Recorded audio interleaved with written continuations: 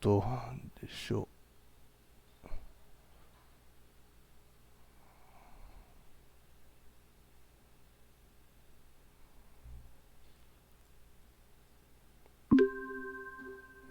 Tá bom, tá gravando, vamos começar então a aula de 12/5 da prática profissional grupo A4. A ideia de hoje é a gente conversar sobre um paciente.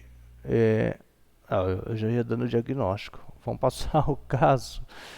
É, Só alterar a data aqui, né? 12/5.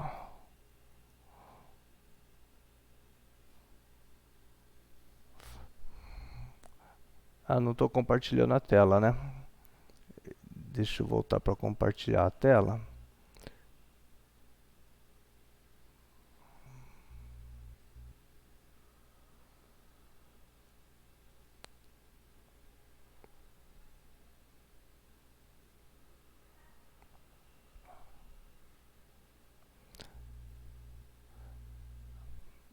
Então, nós vamos ver aqui um paciente, um homem de 50 anos.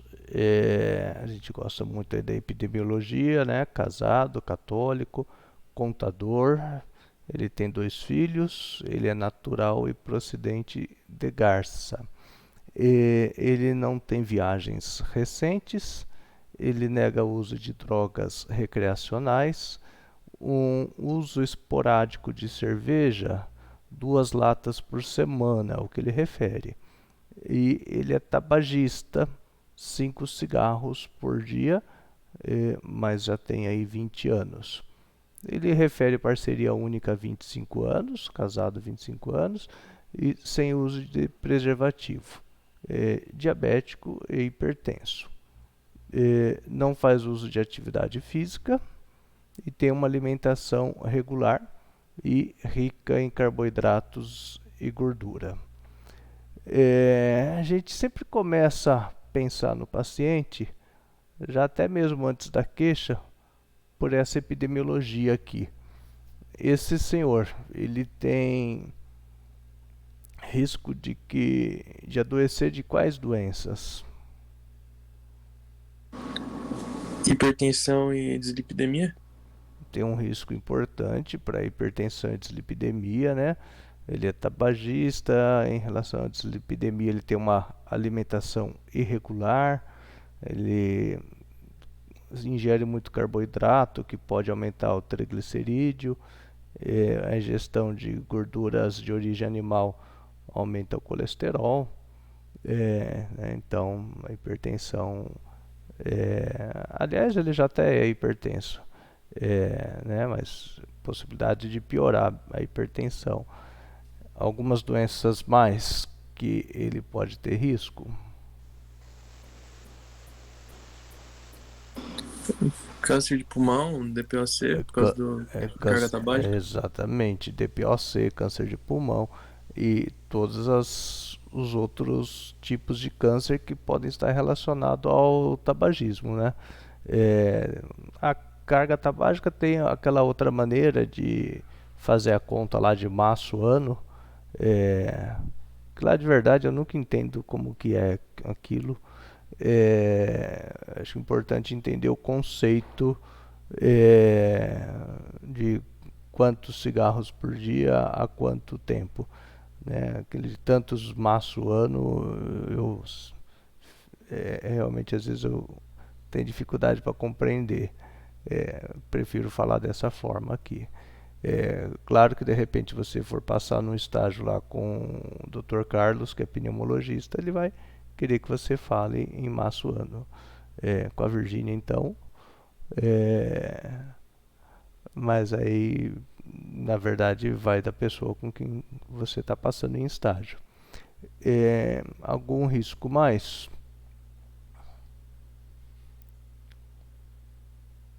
A diabetes, a hipertensão e o uso de álcool levam a risco do quê? Síndrome metabólica? Síndrome metabólica, que aumenta o processo inflamatório, principalmente nas artérias. Cardiovascular. Isso, risco cardiovascular, né? E cerebrovascular. Então, risco de AM e risco de AVC importante. Está numa idade em que já é possível ter uma aterosclerose e possivelmente ele tenha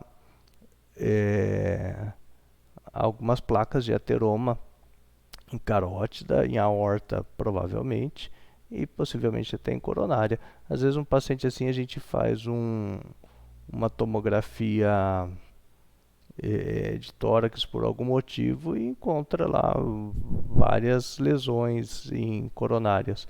Esses dias eu tive um paciente com quadro de febre que evoluiu para uma toma de tórax e saiu de lá com diagnóstico de semioclusão triarterial. Isso aí foi no meio da semana, na segunda-feira ele já estava com cateterismo marcado. Então, pacientes nessa situação têm um risco importante. Então, independente do quadro dele, a gente tem que ter em mente esses riscos que ele tem para poder orientá-lo. Na maioria das vezes, a doença tem a ver com a epidemiologia. Às vezes, não tem. Aqui teria mais um risco. Você vai falar, professor, mas ele é casado, 25 anos, não usa preservativo. Bom, com o mundo pré-pandemia como estava, não dá para garantir nada, né? Ele a transmissão sexual basta ter relação sem preservativo que você corre o risco. Pode haver relacionamento extraconjugal tanto de um lado como de outro. Bom, então tinha que feito de quais doenças esse homem tem risco de adoecer, foi o que a gente discutiu. Aí ele procurou atendimento lá na UPA faz uma semana, pois vinha apresentando dor abdominal e aumento de volume abdominal.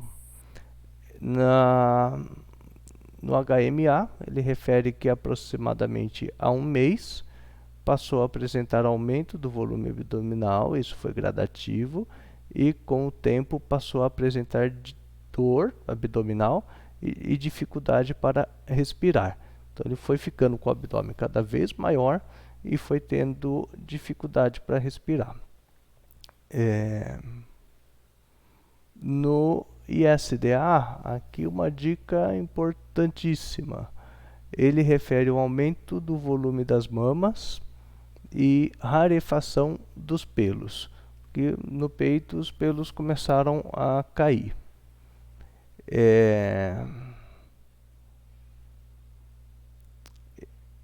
Seguindo aquela lógica do hierarquia de diagnósticos, não vou perguntar ainda assim o que ele tem, mas só para estimular o raciocínio, que órgãos ou sistemas poderiam estar acometidos com esses sintomas. Eu sei que são poucas informações ainda, a gente vai avançar nas informações, mas que órgãos ou sistemas estariam acometidos aqui?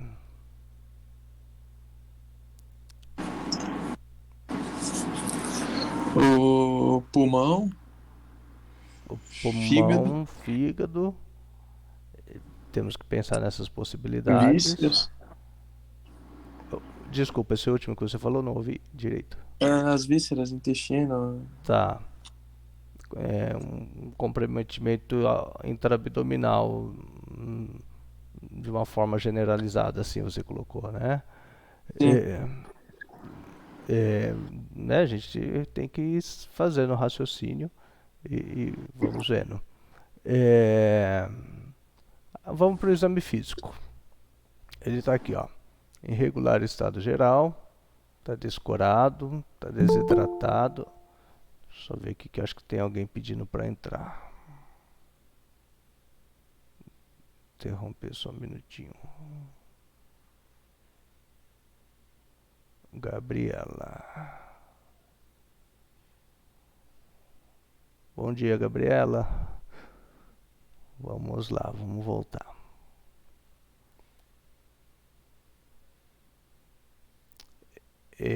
Para quem está chegando agora ou quem não veio, a aula vai ficar disponível no YouTube para vocês.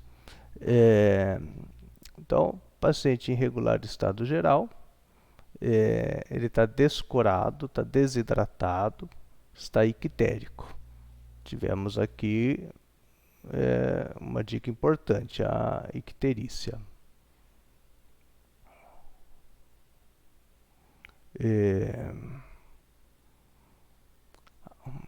Aí eu vou avaliar a cavidade oral, ausência de lesões orais, ausência de nódulos cervicais. O tórax, expansibilidade diminuída no tórax, principalmente na base, com uma submaciçez nas bases e o som claro pulmonar nas demais áreas. Ainda no tórax, presença de ginecomastia e ausência de pelos.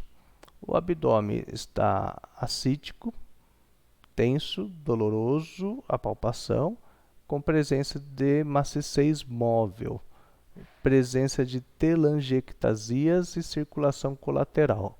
O que é maciçez móvel? Eu ponho a pessoa deitada para a direita, né, decúbito lateral direito. Aí eu palpo, eu faço a percussão lá embaixo, na parte direita, e eu sinto uma maciçez. Eu faço a percussão lá em cima, eu sinto que está timpânico o som. Aí eu inverto a posição da pessoa. Ela deita em decúbito lateral esquerdo. E aí a maciçez vai lá para o lado esquerdo. Isso significa o quê? Que tem alguma massa se mexendo.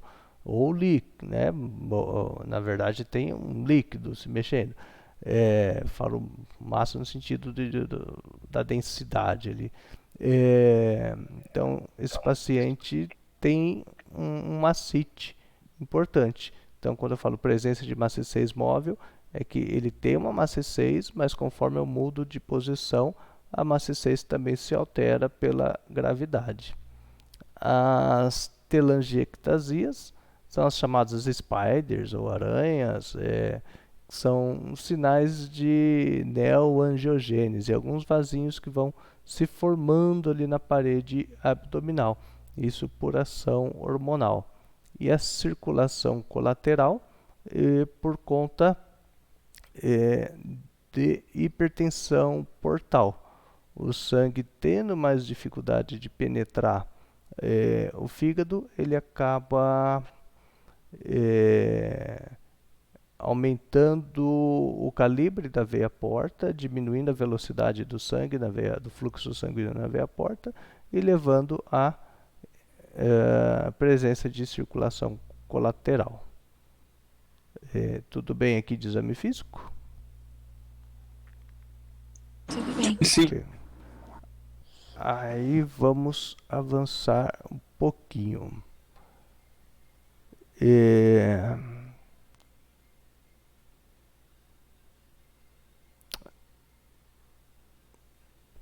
Para completar o raciocínio clínico, a gente dá direito aí para vocês de pedir alguns exames. Lá na UPA tem alguns exames que dá para fazer. O que vocês gostariam de fazer? Acho que para hepatite eu pensaria. Já hepatite? Já sorologia? E acho que em algum momento sim, temos que fazer sorologia. Mas lá na UPA não tem sorologia ainda. Você vai ter depois ou no hospital ou se ele for para um serviço ambulatorial, né? De imagem só tem raio-x, né? Mas seria bom um ultrassom. Um ultrassom seria ótimo. Vamos torcer para que tenha um ultrassom e um raio-x de tórax. E sangue? O que seria bom pedir de sangue aqui? As bilirrubinas? Bilirrubinas, TGP e TGS? TGO e TGP. TGO e TGP. Ou AST, ALT. Isso. Nós que somos mais velhos vamos falar TGO, TGP. É difícil acostumar com AST e ALT. Que mais de sangue? Tô bonzinho, tô dando um monte de exame. O colesterol e tudo mais pra ver como que tá. É, o quadro É, geral, né? isso vai ser importante saber, Programa. mas na urgência a gente não vai ter, não vai mudar a conduta aí na urgência. Mas acho que um hemograma mudaria, né? Pra ver se tem um quadro infeccioso, né? Para ver se tem um quadro infeccioso e para ver qual o nível de descompensação hepática, né? Sim. Porque agora já ficou mais claro que ele tem uma alteração hepática, né? Uhum. Então vamos lá. É, no hemograma ele tem um pouquinho de anemia e ele tem plaquetopenia. Ele tem TGO e TGP discretamente elevadas. Ele tem gama GT e fosfatase alcalina também aumentadas. A bilirrubina, principalmente a indireta, está aumentada. A albumina está diminuída e ele tem um TAP aumentado e um NR alargado. O que é isso? São os exames do coagulograma que nos ajudam a ver a função hepática. Então aqui não vou fazer a pegadinha com vocês hoje, que eu ia perguntar o que a gente usa para ver a função hepática.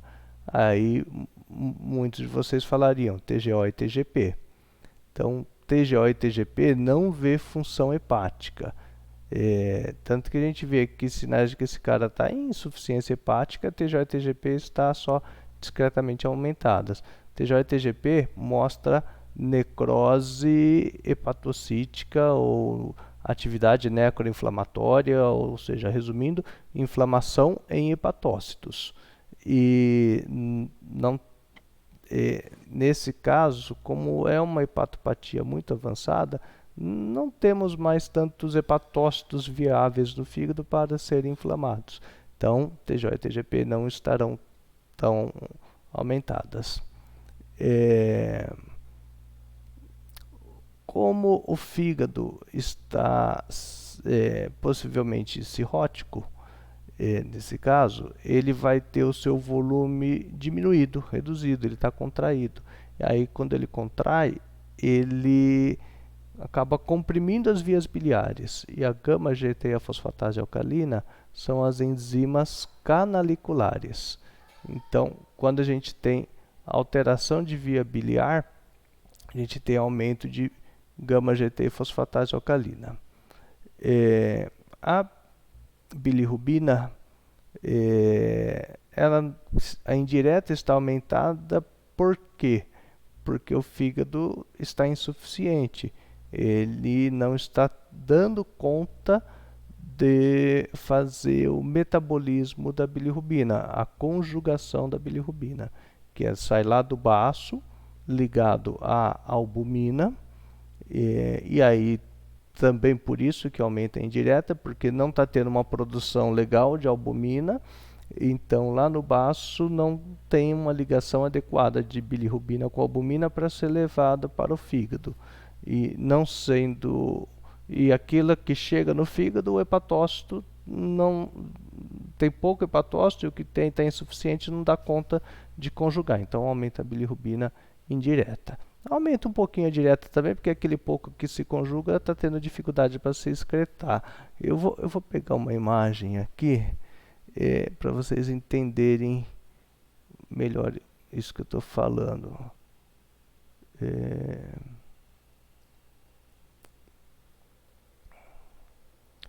Uma aula que eu dei,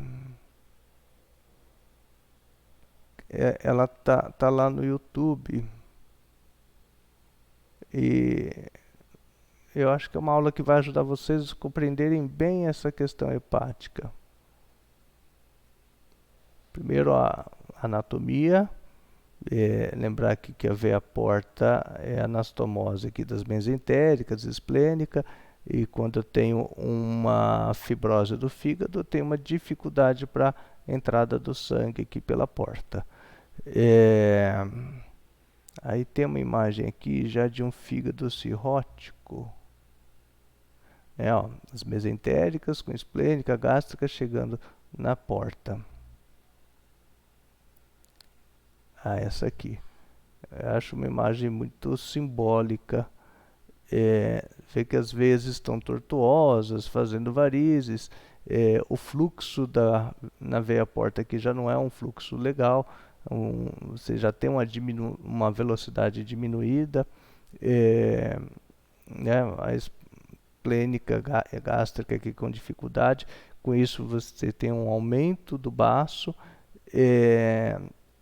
A esofágica também vai anastomosar aqui com a porta e com isso acaba tendo varizes de esôfago. E aquele fígado que era lisinho, bonitinho lá atrás, né? Agora ele está assim por conta de ter ficado boa parte aí da vida sendo agredido por processo inflamatório. Então é um fígado que tem um volume muitas vezes reduzido. E a gente tem uma ideia contrária, né, de que o hepatopata crônico tem um fígado aumentado, né? Na verdade, já numa fase final, ele tem o fígado reduzido e tem o baço aumentado. É importante guardarem essa tortuosidade aqui. Isso está significando dificuldade do sangue penetrar no fígado por conta de maior fibrose no fígado. Tá? Voltar para a nossa.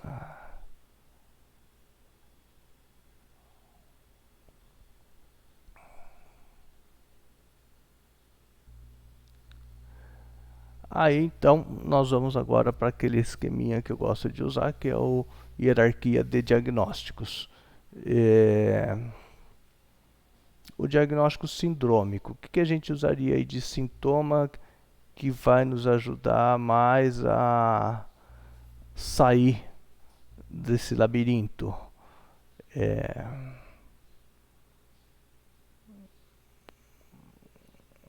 Eu coloquei alguma coisa aqui, mas não quer dizer que eu esteja certo. Um aumento de volume abdominal.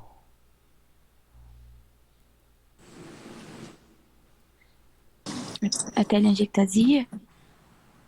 A telangiectasia pode ser, mas normalmente o diagnóstico sindrômico está muito relacionado à queixa do paciente, a principal queixa dele. Acho que a telangiectasia é um achado que vai nos ajudar a pensar depois aqui no anatômico. Acho que o aumento de volume abdominal pode nos ajudar, mas ainda tem tanta coisa que pode dar aumento de volume abdominal, né? No caso dele, pelo exame físico, pelos exames laboratoriais, vamos pensar num diagnóstico anatômico. Que órgãos ou sistemas podem estar acometidos? No fígado, né? Por Isso. causa que ginecomastia, aranha vascular, articulação colateral são todos sintomas de cirrose, se eu não me engano. Isso. Cirrose hepática. Fígado ou sistema retículo endotelial, né? Mas agora ficou mais claro que o comprometimento não é pulmonar, né? O pulmão está comprometido mais por compressão. Você tem água, você tem o líquido acítico comprimindo o diafragma, elevando a cúpula do diafragma e dificultando a respiração. E aí, diagnóstico etiológico, o que a gente pensaria para esse rapaz? Eu vou acrescentar uma informação aqui que eu pulei meio rapidinho de propósito. Ele acrescentou aí durante a história essa informação aqui, de que ele na adolescência fazia uso de gluconergan injetável para jogar futebol. Alguém já ouviu falar disso? Não. Lá em Garça, o pessoal, para jogar futebol, tudo que é uma coisa de uma inocência tão grande e que matou tanta gente, eles aplicavam glicose hipertônica para dar um gás para jogar bola. E muita gente que jogava futebol, que agora está na idade aí dos 50, 60 anos, está cirrótico por hepatite C. E isso era muito comum lá em Garça. Então, assim, quando chega um paciente e começa a contar a história, você já pergunta: Ah, você é da turma do Gluconergan? O cara já dá risada, porque realmente era algo muito comum. E uma besteira, né? Se eu tomar um monte de glicose, se você quer um monte de glicose, toma um copo de garapa. Mas pra mim vai dar sono, né? Não vai dar energia, não. Então, diagnóstico anatômico ao fígado. E agora vamos para o diagnóstico etiológico, então.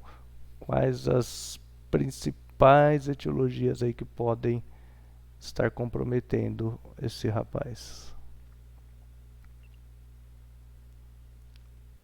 Agora sim a gente vai para o diagnóstico.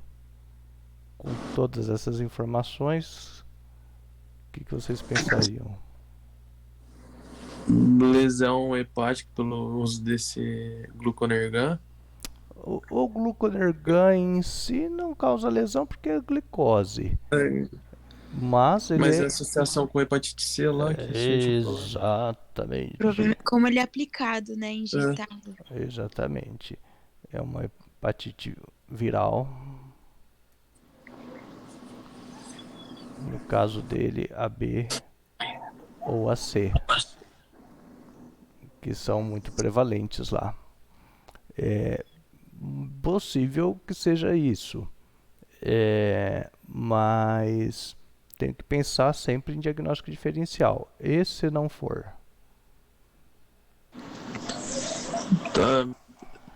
É que cirrose alcoólica não, porque ele não consome tanta bebida alcoólica, mas Isso é o que, isso é o que ele diz, né? é, Não sabemos, pode ser um mas câncer também, pode ser, eu acho. Dependendo se causa pode, fibrose não. posso ter um hepatocarcinoma, né? Posso ter um hepatocarcinoma.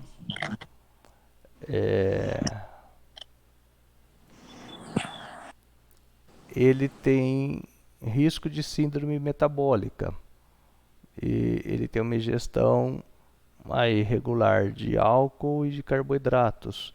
Então ele pode ter um acúmulo de gordura no fígado, pode ter uma Dose. esteatohepatite.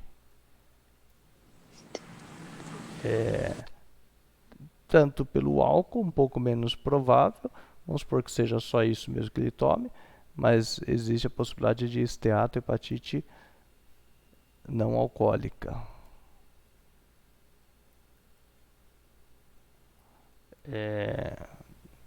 Também você vai ver alguns textos como NASH, de não alcoólico esteatohepatite. É muito comum você usar esse termo NASH. Aqui, pelo sexo e pela idade, provavelmente não, mas não posso deixar de pensar nas hepatites autoimunes. Mas eu colocaria isso aqui na última linha das possibilidades diagnósticas. Talvez eu subiria um pouquinho a esteatohepatite aqui, antes da alcoólica, a esteatohepatite não alcoólica, né? Faltou colocar um IMC ali, mas vamos considerar que ele seja obeso. Bom, aí pedimos sorologias para esse rapaz e ele veio com sorologia positiva para hepatite B. Então, o que a gente vai dar de diagnóstico final para ele? Uma hepatopatia crônica descompensada pelo vírus B, né? Então, uma hepatite B já com grau de fibrose avançado, levando a cirrose. Existe uma classificação pela Sociedade Brasileira de Sociedade Brasileira de Patologia, que se chama Metavir. A classificação Metavir, ela classifica com grau de fibrose e grau de atividade inflamatória. Então ele classifica como A, vai de 0 a 4, e o F, que é grau de fibrose, que vai também de 0 a 4. Né? Esse rapaz provavelmente está num grau F4. Tem hoje em dia um método não invasivo de estadiamento de fibrose que chama elastografia hepática. A elastografia tem um método de funcionamento semelhante ao ultrassom, um aparelho que emite ondas de choque. Essas ondas batem no fígado, voltam, e de acordo com a velocidade de ida e volta dessas ondas, vai determinar em quilopascais a alteração hepática. E aí eu consigo determinar também entre de 0 a 4 aí como que está a fibrose. Isso é um método bom porque evita a biópsia, porém eu não vou ter o grau de atividade inflamatória. E numa hepatite autoimune, por exemplo, é legal o patologista dar uma olhada como que está a atividade inflamatória. E tem alguns marcadores bem indiretos, um que se chama APRE e outro que se chama FIB4. Isso aqui é uma continha que faz com marcadores do sangue para a gente saber que grau que está a fibrose, estimar o grau de fibrose do paciente. Vou até mostrar aqui para vocês. Deixa eu pegar rapidinho aqui.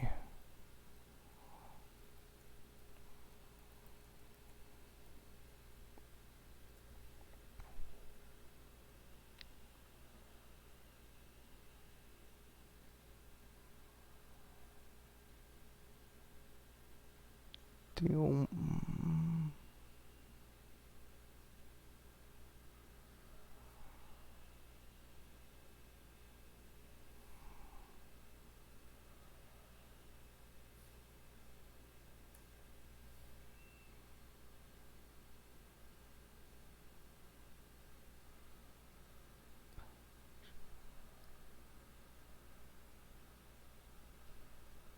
Aqui. Esse é o cálculo do APRE. Você coloca o nível de TGO dividido pelo limite superior de TGO do seu laboratório e a contagem de plaquetas. Mas, por exemplo, se for 100 mil, você coloca só 100. Né? Então, vamos supor aqui, o cara está apresentando 60 de TGO, o limite superior do laboratório é 40 e ele tem... vamos diminuir aqui. Ele tem 90 mil plaquetas. Então deu um APRE de 1,67. Aí aqui embaixo ele explica. APRE maior do que 1 tem uma sensibilidade de 76%, 72% para predizer cirrose. E agora a gente vai fazer o cálculo do FIB4. O FIB4 é uma formulinha um pouquinho mais chata.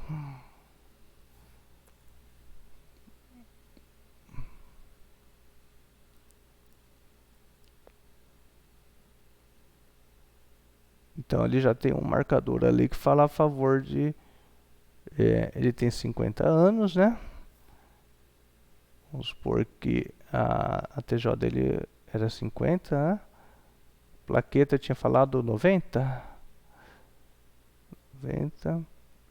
E agora faz quem achou que nunca mais ia ver matemática na vida, a raiz quadrada da TGP, vamos pôr aqui 120.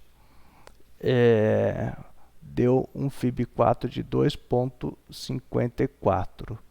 Aí fala aqui, ó, o cutoff do FIB4 com valores menores que 1,4 do que 1,45 tem um valor preditivo negativo de 90% para fibrose avançada, que não é o caso dele. E já um FIB4 maior do que 3,25 tem uma especificidade de 97% para fibrose. Então a gente vê que ele está aqui próximo da fibrose, né? Se a gente abaixar um pouquinho a plaqueta dele, ele vai... Olha lá como muda. E a plaqueta normalmente é fruto da piora hepática do hiperesplenismo.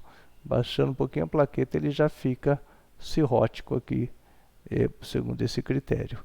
Então são formas de que rapidamente o paciente do teu consultório você calcula se ele está em fibrose, qual grau de fibrose.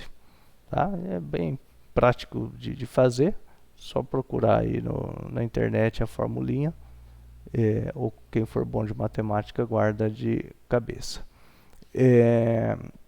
Aí o intuito da aula de hoje, além de fazer a interpretação dos marcadores hepáticos, é também fazer...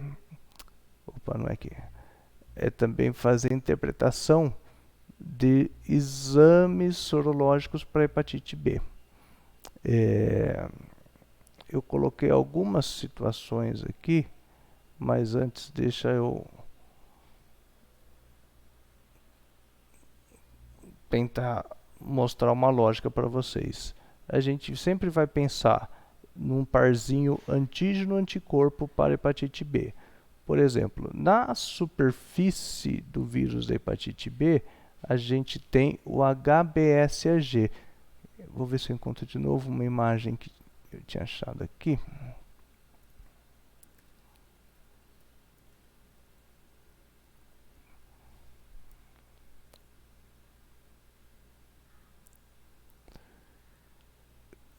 Esse aqui. Ó, na superfície do vírus, a gente tem o HBsAg, que é o antígeno de superfície. Então aqui o HBsAg. Um pouco mais para dentro, protegendo a região do núcleo, a gente tem o HBcAg. O que é o HBc? É o antígeno core, o C de core, o S de superfície, né? Core por conta do núcleo. Tanto que a gente vê lá os computadores, né? Computador Core 2 tal, indicando que o núcleo dele é mais potente. Aí no núcleo a gente tem aqui as enzimas DNA polimerase e o material genético.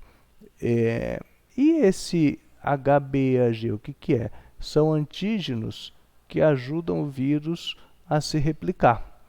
Tá? Então a gente tem o HBsAg, a gente tem o antígeno core, mas esse aqui a gente não dosa comercialmente, e a gente tem o HBAg.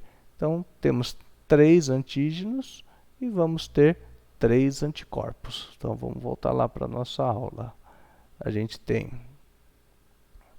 o HBsAg, a gente teria aqui o HBc, mas esse a gente não dosa habitualmente, e a gente tem o HBeAg. Depois que eu tenho contato e consigo eliminar o HBsAg, o que vai aparecer para mim? O que o nosso organismo vai produzir? O anti-HBs. Depois de ter tido contato com o núcleo da hepatite B, a gente vai produzir o anti-HBc. E depois de ter tido contato com o antígeno de replicação, a gente vai ter o anti-HBe. Então, ter o HBsAg significa que tem o vírus. tem a replicação. Se tivesse um método aí para detectar o HBC, indicaria que o núcleo do vírus está lá presente. Se o núcleo do vírus está presente, é porque o vírus está lá no organismo do paciente. E o HBeAg, se eu detecto, é porque está tendo uma replicação viral importante. Já se eu percebo o anti-HBs, possivelmente, porque eu não tenho mais o HBsAg e tenho agora o anti-HBs que foi produzido e confere imunidade à pessoa. Aquela que tem o anti-HBs está imune e protegida contra o vírus. Aquela que tem o anti-HBc é porque teve contato com o núcleo do vírus. Então, significa que teve contato em algum momento com o vírus, que pode ter se curado ou não. E que tem o anti-HBe significa que é uma pessoa que não tem uma replicação viral intensa mais. Agora vamos fazer alguns exercícios aqui. Os 3 pares aqui vocês guardaram: HBs com anti-HBs, HBc com anti-HBc, HBe com anti-HBe.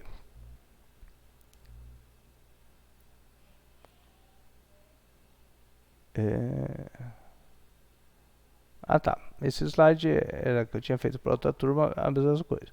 O HBsAg, após o contato, vai criar o anti-HBs. HBeAg, após o contato, o organismo vai criar o anti-HBe. E depois de ter tido contato com o antígeno core, né, que é o HBc, vai criar o anti-HBc. E agora vamos fazer vocês pensarem. Aqui só reforçando o que eu falei, ó, o HBs significa que a pessoa tem infecção. O anti-HBs significa que ela tem imunidade. O anti-HBc eu posso dividir em IgG e IgM. O anti-HBc IgG positivo significa que o contato foi há mais de 6 meses. E o anti-HBc IgM positivo, esse contato foi mais recente, possivelmente há menos de 6 meses. Então, uma hepatite aguda. O HBeAg, ele indica replicação, e o anti-HBe indica ausência de replicação ou baixa replicação viral. E agora vamos pegar algumas situações.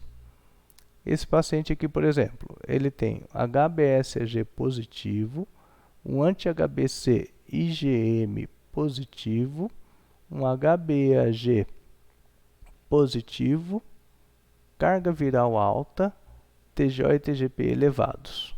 E o ultrassom mostra um aumento, está escrito errado aqui, um aumento do volume do fígado. O que a gente daria de diagnóstico para esse cara? Primeira coisa, o que eu vou pensar? Ele tem hepatite? Ele tem infecção? Vou olhar o HBs. Tem o antígeno de superfície? Tem. Então ele tem hepatite? Agora é para vocês me ajudarem. Sim. Sim, ele tem hepatite. E essa hepatite, ela é crônica ou é aguda? Aguda. Aguda. Ele está tendo replicação viral? Sim. Né? Tá. Tem replicação. Eu acabo confirmando isso com 2 parâmetros. A carga viral dele, quando eu faço a contagem do DNA dele, está elevada, e ele tem elevação de TGO e TGP. 3 parâmetros, na verdade. E o ultrassom mostrando que o volume do fígado está aumentado. Então, esses 3 parâmetros aqui estão em concordância com HBeAg positivo. Então, esse cara tem uma hepatite B aguda com alta replicação viral e em um processo inflamatório intenso. Agora, é importante saber que a hepatite B ela faz ondulações de processo inflamatório, são os chamados flares de transaminases. Agora ele está assim, daqui uns 2 meses abaixa, depois sobe de novo, abaixa, e é isso que vai levar a fibrose avançada aí mais para frente. Quer perguntar?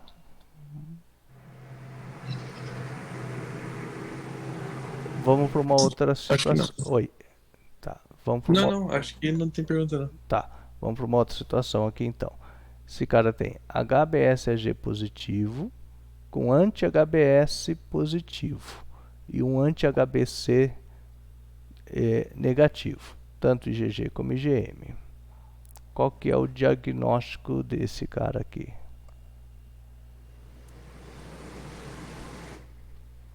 Ele. Nossa, eu não Que sei. Ele ele, curou? que ele já teve uma infecção, mas agora tá ausente? Então, É eu autoimunidade. consigo dizer que tem infecção? Não tem. Não, A primeira coisa que eu olho é o HBsAg. Não tem tem. infecção. Ele está imune? Sim, Sim. está Sim. imune. Tem o anti-HBs. Essa imunidade foi produzida por contato prévio com o vírus? Ou será que ele recebeu vacina? Hum, Dá para eu saber por aqui. Ele teve contato com o núcleo do vírus, que seria a região core? Não não. teve. Uhum. Então, Entendi. de onde veio a imunidade? Da vacina. Da vacina. Tá? Na vacina ele recebe fragmentos do HBsAg e produz o vírus. Por que, que ele não pega infecção? Porque ele recebe fragmentos só do antígeno de superfície. Ele não recebe o vírus, não é vírus vivo nem atenuado. São fragmentos do antígeno de superfície.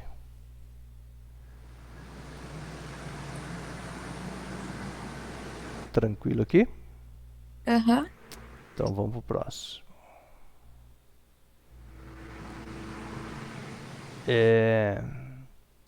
HBsAg negativo com anti-HBs positivo com anti-HBc IgG positivo e o IgM negativo.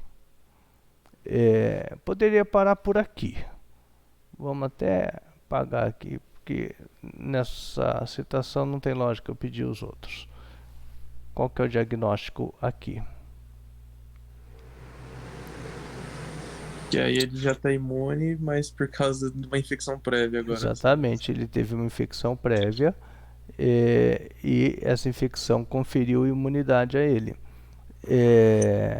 Poderia não ter conferido imunidade, aí eu poderia vaciná-lo. Habitualmente, essa situação ela era chamada de hepatite B curada. Mas hoje não, hoje a gente chama de hepatite B oculta. Por quê? O vírus mantém um fragmentozinho dele no hepatócito. E esse fragmento do DNA do vírus no hepatócito vai fazer o seguinte: em algum momento de imunossupressão, que esse paciente possa receber um corticoide não muito alto, 20 miligramas de prednisona por um período prolongado, ou Ele vai se manifestar. ele vai reativar a doença. Então, quantas vezes o paciente chegou para mim nessa situação e eu falei, beleza, cara, tranquilo, você teve hepatite, curou, tá imune, tá jóia, tá de alta, tal, não precisa voltar. Hoje não, o protocolo fala, tem que voltar. Todo ano eu tenho que dar uma olhada para ver se esse cara não reativou, principalmente se ele for se submeter a alguma imunossupressão. Mas todo ano convém eu fazer pelo menos os marcadores e TJ e TGP para ele, porque ele pode reativar. Vamos ver outra situação aqui.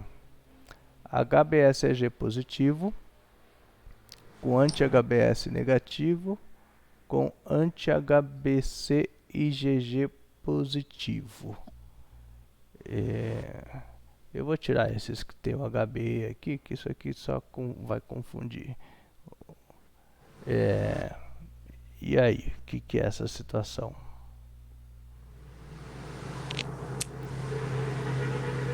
Ele tem infecção? Sim. Tem crônica? Ele tem uma hepatite B crônica, né? Aí para saber se ele está replicando muito ou não, aí sim que vai ter utilidade o HBE, mas não é no serviço primário que vai se pedir o HBE, não tem por que pedir o HBE no começo. Vamos dizer aqui que ele tem um HBeAg negativo e um anti-HBe positivo.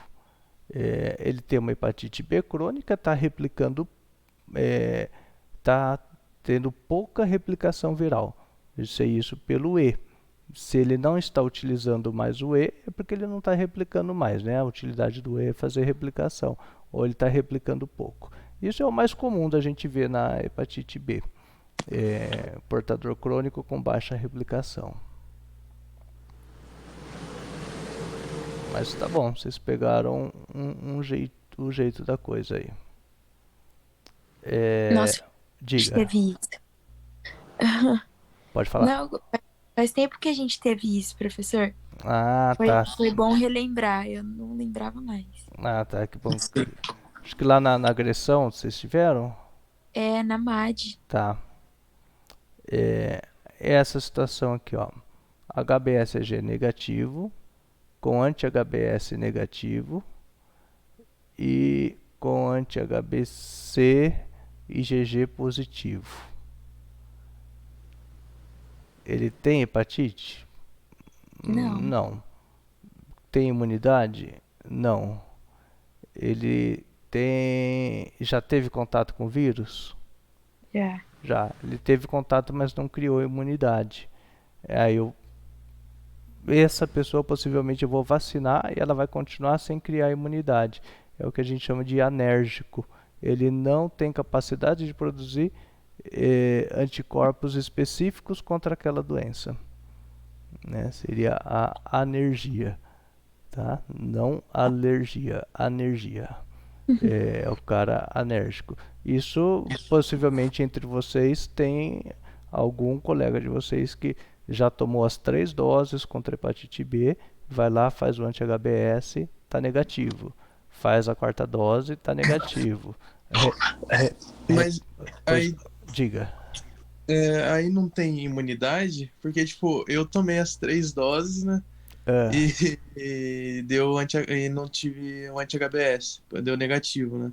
Aí é. ano passado eu tomei mais 2 doses e continuou negativo. Aí tanto é que há 10 dias atrás eu voltei a tomar mais uma dose e vou fazer o anti-HBs de novo.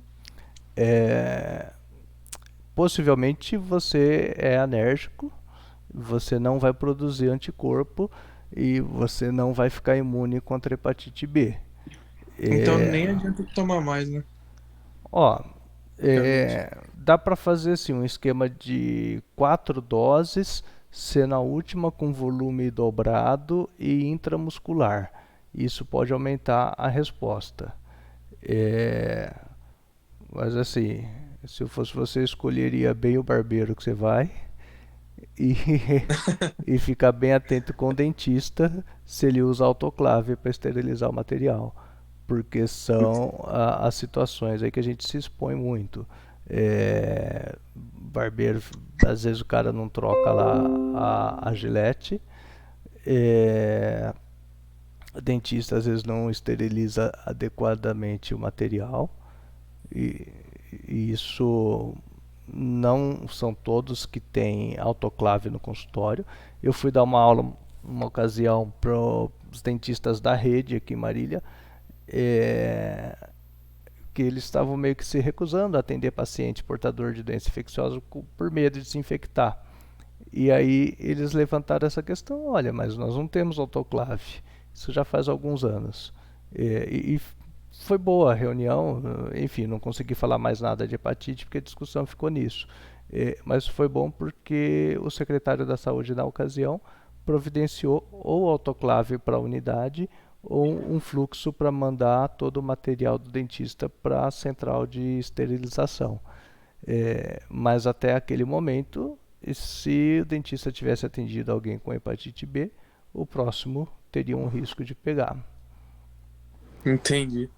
E as meninas na manicure não tem possibilidade nenhuma de usar o material da manicure, tem que usar o seu material, é, e o esmalte, porque imagina tá lá fazendo a unha de uma outra mulher que tem hepatite B, aí dá uma beliscada na cutícula, tá sangrando, né, e vai passar o pincel de esmalte, passa o pincel, pega um pouquinho desse sangue e volta o pincel para dentro do frasco.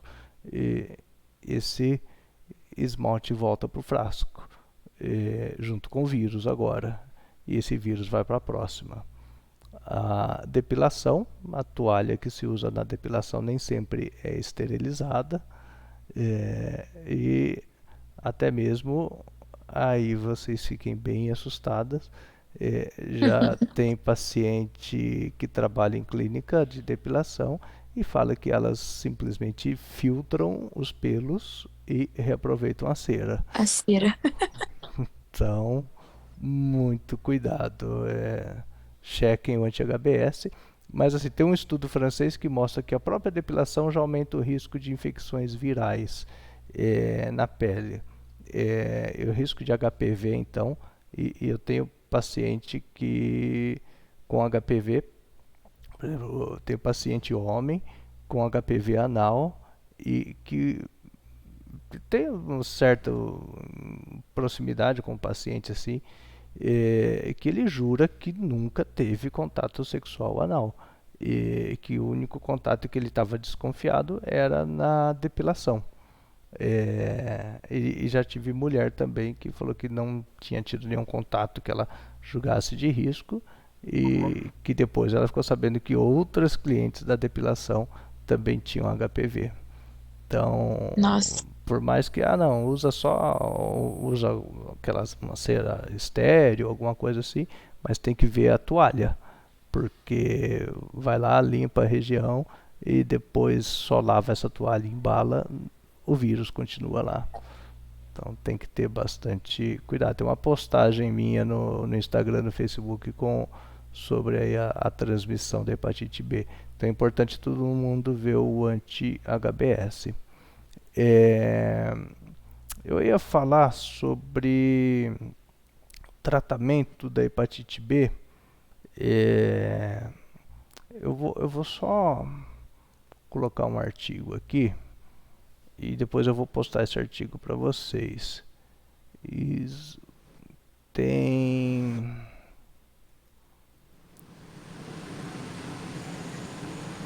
duas sociedades que guiam o tratamento das hepatopatias. Uma é o ISLO, que é a Sociedade Europeia, e o outro é a AASLD, que é a Academia Americana de Doenças do Fígado. O ISLO tem um protocolo muito bom.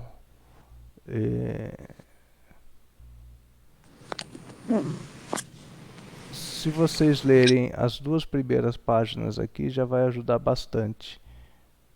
Que ele vai falar das fases do vírus, das fases de replicação do vírus e das fases de doença. Hoje em dia, então só para falar desse negócio que não fala mais em hepatite curada, a fase 1 é o paciente que tem HbA positivo, cadê onde que ele explica melhor? Tá, vou explicar por aqui. O paciente tem HbA positivo e ele tem uma infecção crônica. Quando fala infecção crônica, significa que ele tem o vírus, mas ele não tem inflamação. Então, ele tem o HbA positivo, ele tem lá alguma replicação de vírus, mas isso não está inflamando o fígado, ele tem só uma infecção crônica. A fase 2, ele também é HbA positivo, mas aqui ele tem uma hepatite crônica. Quando eu falo hepatite, significa fígado inflamado. Então, um paciente portador crônico de uma inflamação hepática com HbA positivo. Aí a fase 3 e 4 é a mesma coisa, só que com HbA negativo. Então, HbA negativo, infecção crônica. Ele tem o vírus, não está se replicando, está se replicando muito pouco, e o fígado não está inflamado, ele tem só infecção crônica. E aqui é uma situação, essas duas situações são as mais comuns, né, que a gente vê na prática. O HbA negativo, ou seja, está replicando pouco ou não está replicando, e tem uma hepatite crônica, ou seja, tem inflamação do fígado. Então ele tem baixa replicação viral, mas que está inflamando o fígado. Nessa situação em que tem a inflamação, é a situação que está indicada o tratamento. E a fase 5 é a chamada hepatite B com HbSG negativo, ou eles colocam o nome também de hepatite B oculta. Aí aqui nessas duas primeiras páginas aqui, ele vai falar aqui a imunopatogênese, do ciclo de vida do vírus e da história natural da doença. Justamente isso que eu estava falando, ó, fase 1 até a fase 5. Então não é muita coisa aqui que precisa ver, não. Mas se puderem dar uma olhadinha, acho que vai ajudar bastante, porque isso cai muito em prova de residência. E o que a gente vê lá, pelo menos eu lembro que eu vi na apostilinha do Medicurso, uma tabelinha com HbSG, anti-HbS, anti-HbC, e você olha lá uma sequência dos anticorpos e sabe que situação que o paciente está. Mas nada como entender esse joguinho que eu fiz para vocês aqui de antígeno anticorpo. Porque decorar aquela tabelinha lá no dia seguinte você já esqueceu. E aqui ele coloca como as metas da terapia. A principal meta é que o HbSG desapareça, mas nem sempre isso acontece. A segunda meta seria que a carga viral fique negativa. Isso normalmente acontece. Mas se não acontecer, pelo menos que a TGA e a TGP normalize. Com isso, eu vou diminuir o risco de hepatocarcinoma e de fibrose. Então era basicamente isso. Não tinha dado tempo de eu montar as classes de vocês, eu vou montar as classes, colocar o material da semana passada e colocar esse material aqui e um outro material que é do ASLD sobre manejo da cirrose. E vou deixar lá umas perguntinhas sobre cirrose e hepatite. Aí vocês olhem a pergunta e respondam lá na atividade. Se alguém não tiver habilidade ainda para mexer com o Google Class, dá um toque que eu oriento. E mandem aqui no chat rapidinho um presente, só para servir como lista de presença para vocês, que fica gravado o chat, e aí já vai estar o nome de vocês para registrar a presença. Querem tirar alguma dúvida a mais? Acho que não. Só vou mostrar aqui o outro artigo, que é o da cirrose. O ASLD. Então, a Associação Americana de Estudos das Doenças do Fígado. Tem aqui os guidelines deles. Uma doença hepática associada ao álcool e manejo da cirrose, da ascite produzida por cirrose. O que eu vou fazer com esse paciente aí que chegou pra gente lá na UPA? Eu vou puncionar ou eu vou dar diurético? O que eu posso fazer? Aqui tem a explicação certinha em que momento eu dou diurético, quanto de diurético, tudo isso. Tá? O risco de infecções bacterianas, né, que seria a peritonite bacteriana espontânea, Então vale a pena dar uma olhadinha aqui, pelo menos nessa primeira parte a primeira e a segunda parte do artigo aqui já ajuda bastante.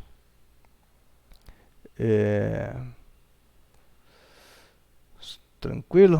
Vamos encerrar então.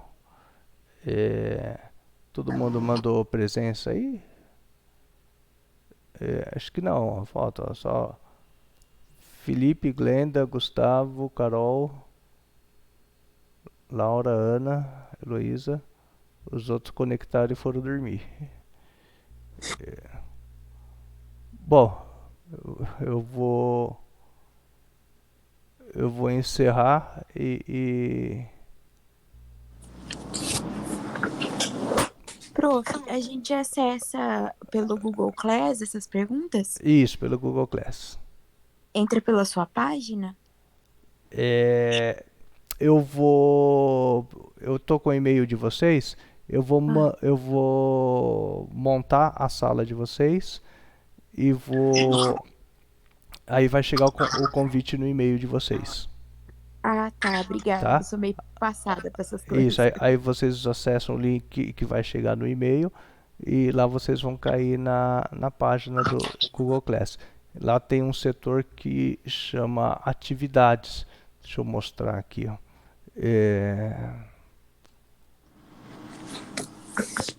Tá no meu e-mail pessoal.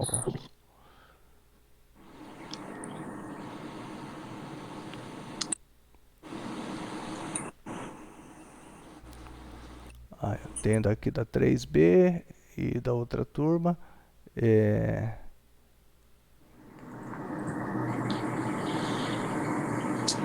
Aí aqui tem algumas atividades que eu tinha deixado para eles, que era de antibióticos.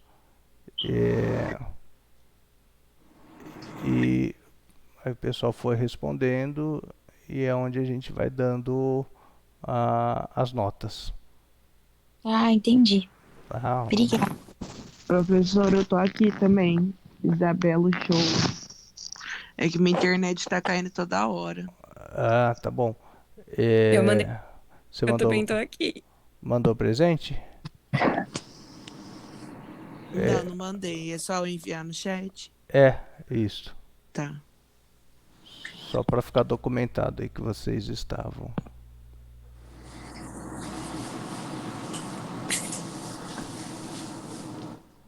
E o acesso por YouTube vocês já têm, né?